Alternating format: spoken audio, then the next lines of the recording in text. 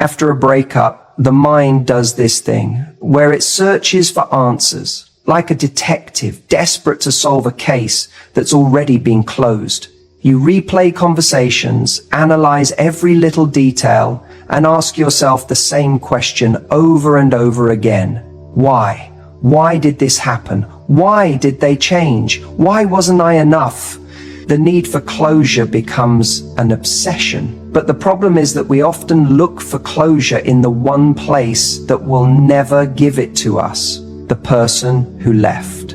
It's one of the biggest mistakes you can make. You think that if you just have one more conversation, one more chance to get an explanation, you'll feel better. You convince yourself that if you can just understand their reasons, you'll be able to move on.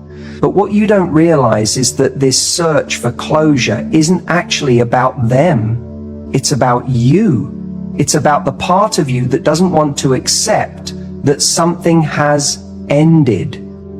The truth is, even if they sat you down and gave you a perfectly rational, well thought out reason for the breakup, it still wouldn't change the pain. It still wouldn't make you feel okay about it. Because breakups are rarely just about logic. They're about emotions.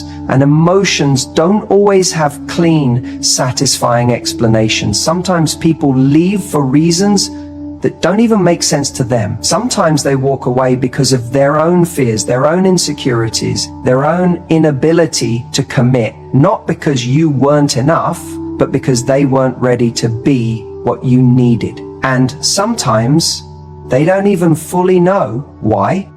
But here's the thing, closure isn't something someone else gives you. It's something you create for yourself.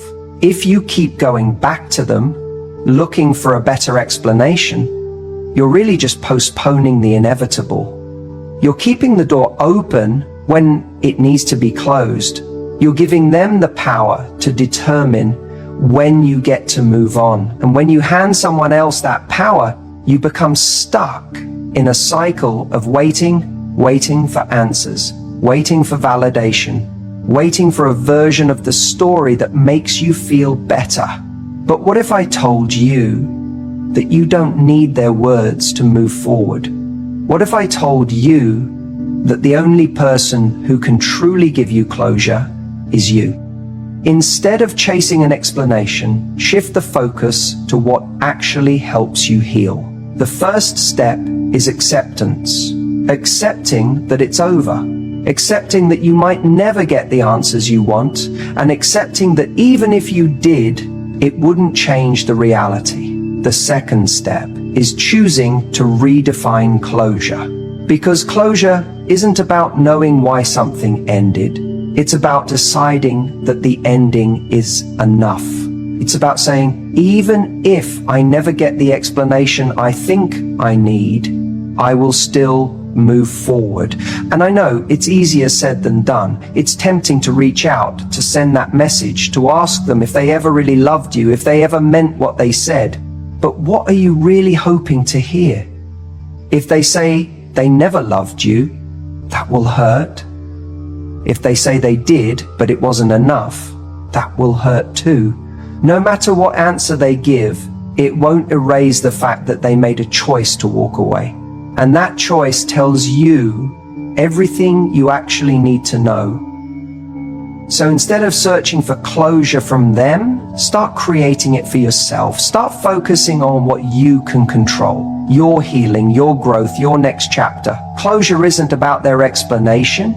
It's about your decision to stop needing one. And when you do that, when you finally stop chasing answers and start embracing what's next, you'll realize that the closure you were looking for was never outside of you.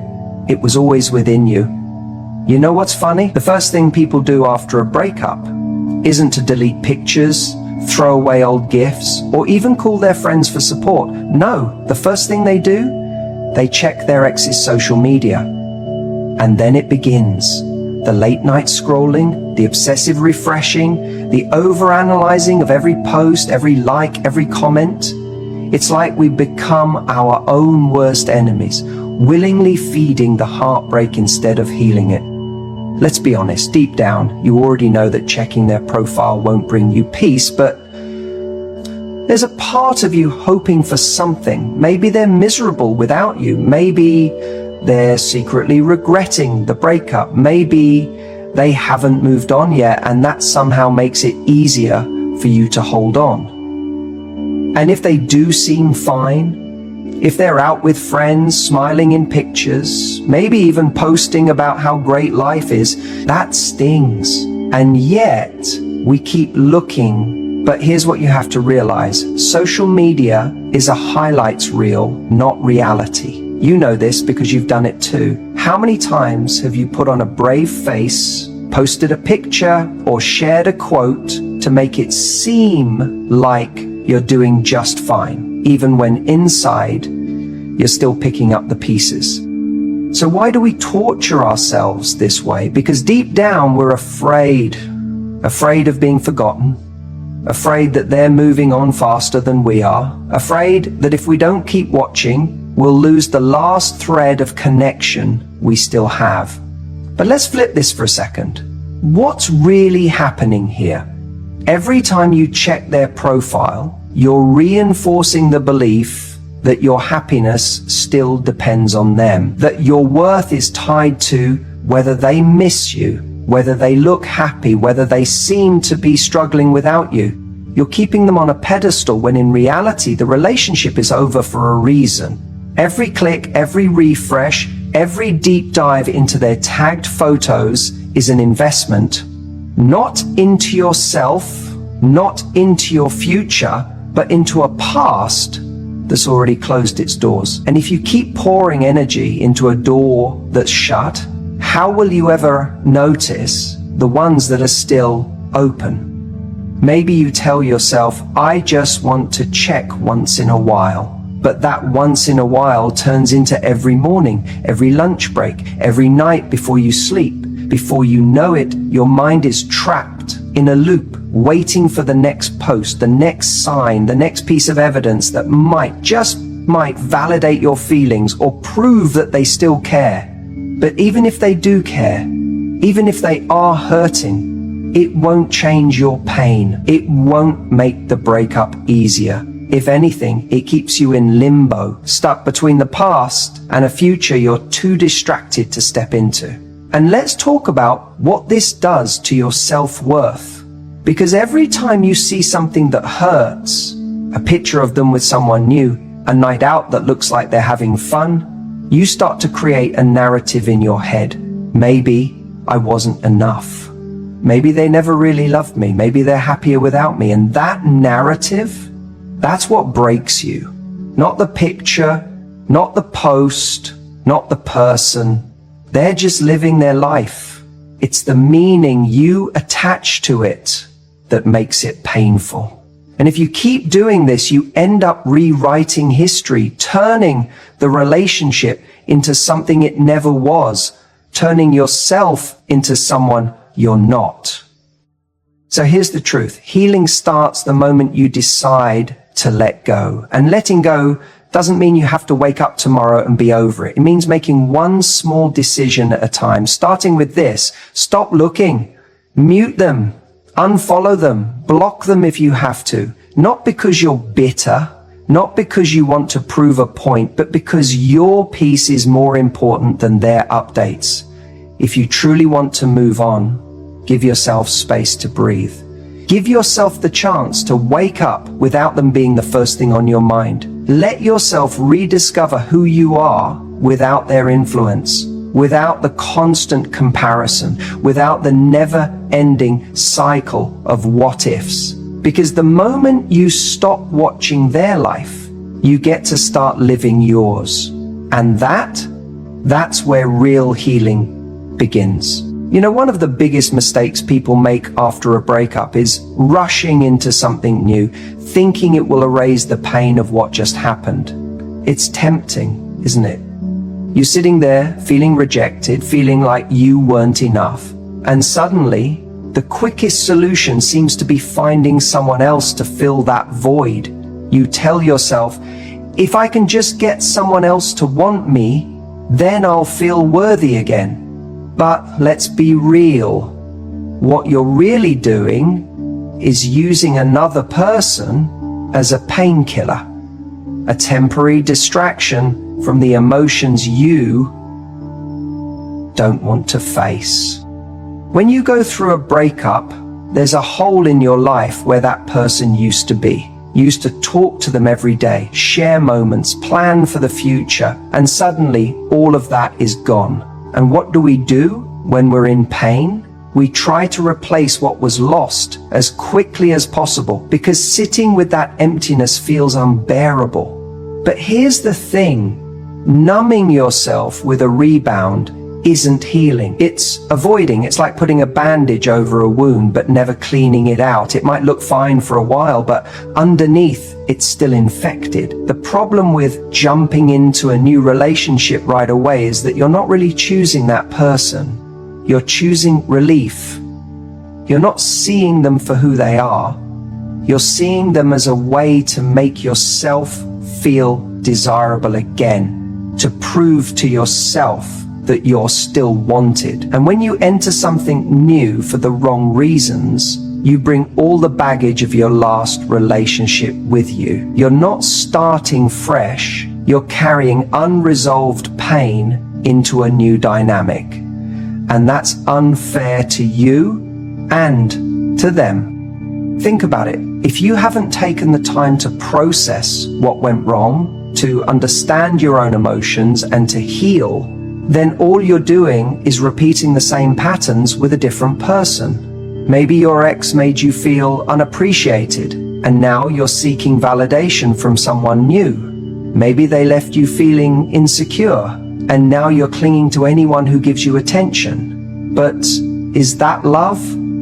Or is that just fear of being alone? A rebound might give you a temporary high, the rush of attraction, the validation of knowing someone wants you. It feels good in the moment, but what happens when that high fades? What happens when you're alone again and you realize you're still carrying the same wounds, the same doubts, the same fears?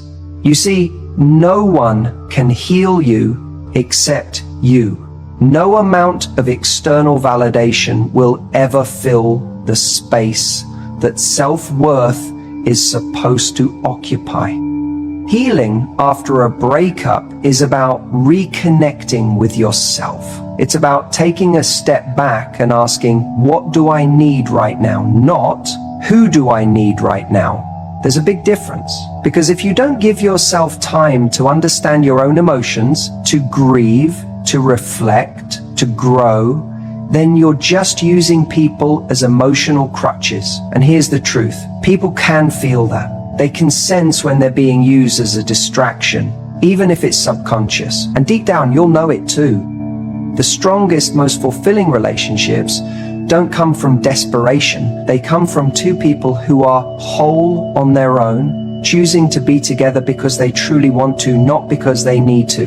When you rush into something just to fill a gap, you're not choosing from a place of strength. You're choosing from a place of fear. And relationships built on fear don't last. They're fragile because they're built on unstable foundations. The moment the other person pulls away, doubts arise. The moment they don't text back fast enough, insecurity creeps in. And suddenly, you're not just dealing with the pain of one heartbreak, you're setting yourself up for another. Instead of looking for someone to save you from your loneliness, embrace the discomfort. Sit with it, let yourself feel it, because that discomfort is where the real work happens. It's in that space where you get to ask yourself, what did I learn from this? What do I want differently next time? Who do I want to become?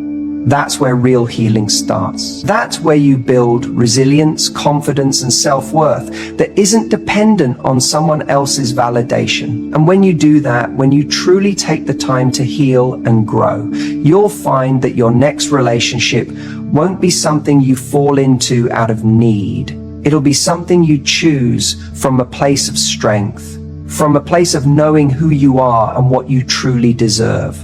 And that, right there, is how you break the cycle. That's how you stop settling for temporary fixes and start building something real.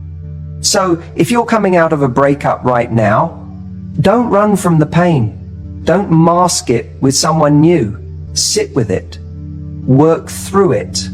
Grow from it. Because the relationship that's meant for you won't come from trying to escape yourself. It'll come from becoming the best version of yourself. And that is the real win. It's easy to fall into the trap of romanticizing the past after a breakup. You sit there replaying the best moments like a highlight reel, convincing yourself that what you had was perfect, that you'll never find anything like it again. The dinners, the inside jokes, the late night conversations. Suddenly they take on this almost mythical quality. Your mind edits out the arguments, the moments of doubt, the ways you felt unseen or unappreciated. And in doing that, you trap yourself in a love story that doesn't even exist anymore. The problem with romanticizing the past is that it distorts your memory. It makes you believe that what you lost was flawless, when in reality, no relationship is without its struggles. If it ended, there was a reason. Maybe it was incompatibility. Maybe it was unmet needs. Maybe it was just timing, but something wasn't working. Yet when we're heartbroken, we tend to ignore that. We create an illusion of perfection because in some way it feels safer to hold on to a fantasy than to face the discomfort of moving forward. But let's be real. Staying attached to an illusion only prolongs your suffering. The more you cling to the idea that this person was the one, that no one else will ever understand you like they did, the more you resist healing. You're not just grieving the relationship, you're grieving the version of the story you told yourself. And that's what makes it so hard to let go. So what do we do? How do we stop this cycle of idealizing what's gone? First, we have to remind ourselves that memory is selective. Our brains are wired to emphasize what we want to see. Just like a social media highlight reel, we focus on the curated version of our past rather than the full picture. The truth is, if you were brutally honest with yourself, you'd see the moments that chipped away at your happiness. You'd remember the unanswered texts, the nights you went to bed feeling alone, the parts of yourself you had to shrink just to make things work. If it was really as perfect as you're making it out to be, you wouldn't be in this position right now. Second, we have to stop equating comfort with love. Just because someone felt familiar doesn't mean they were right for you. People confuse attachment with love all the time. You were attached to them. You got used to their presence, to their habits, to the way they made you feel. And now that they're gone, your brain is reacting to that loss. But let's make one thing clear. Attachment isn't necessarily love. Love makes you better. Love makes you grow. If this relationship was meant to last, it wouldn't have ended.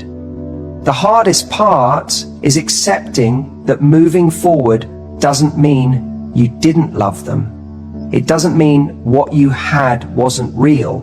It just means that your future holds something different, something that might serve you in a way this relationship couldn't. Every time you catch yourself reminiscing, ask yourself, am I remembering what was, or am I remembering what I wish it had been?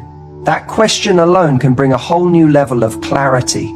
At the end of the day, nostalgia is powerful, but so is reality.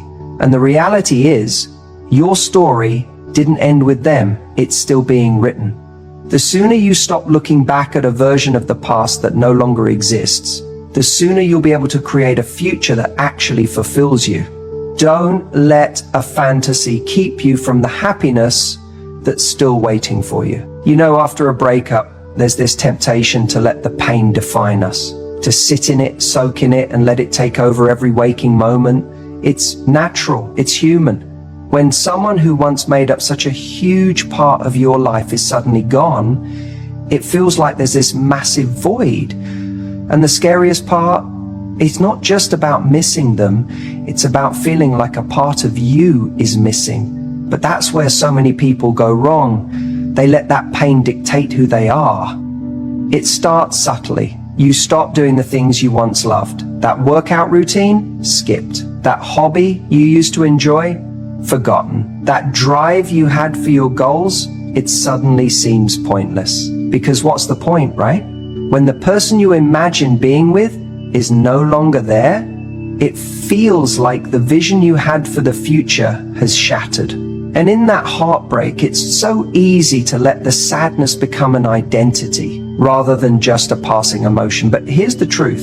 You are not your breakup. Your value, your worth, your potential, none of it is determined by whether someone stays or leaves. And yet so many people act like their entire existence is tied to that one relationship. They make the pain their home. They start to believe that happiness is no longer possible unless that person walks back into their life. But that's a lie. It's an illusion that keeps you stuck, repeating the same emotions over and over again instead of actually moving forward.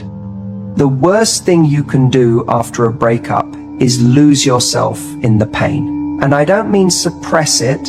I don't mean pretend you're fine when you're not. What I mean is don't make it your identity. Feel the sadness, but don't let it control you. Process the loss, but don't let it define you. Because there's a version of you that exists beyond this heartbreak, one that is stronger, wiser, and ready for something better. But you can't meet that version of yourself if you stay buried in what was. One of the biggest mistakes people make is thinking that moving on means forgetting, that healing means the love didn't matter. That couldn't be further from the truth. Moving on isn't about erasing the past. It's about choosing yourself in the present. It's about deciding that your happiness isn't tied to someone else's presence in your life.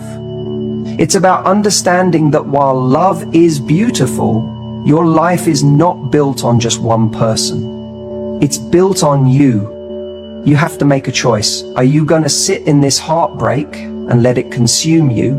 Or are you going to use it as fuel? Because here's the thing. Pain can either destroy you or it can build you into something extraordinary. The difference lies in how you respond to it.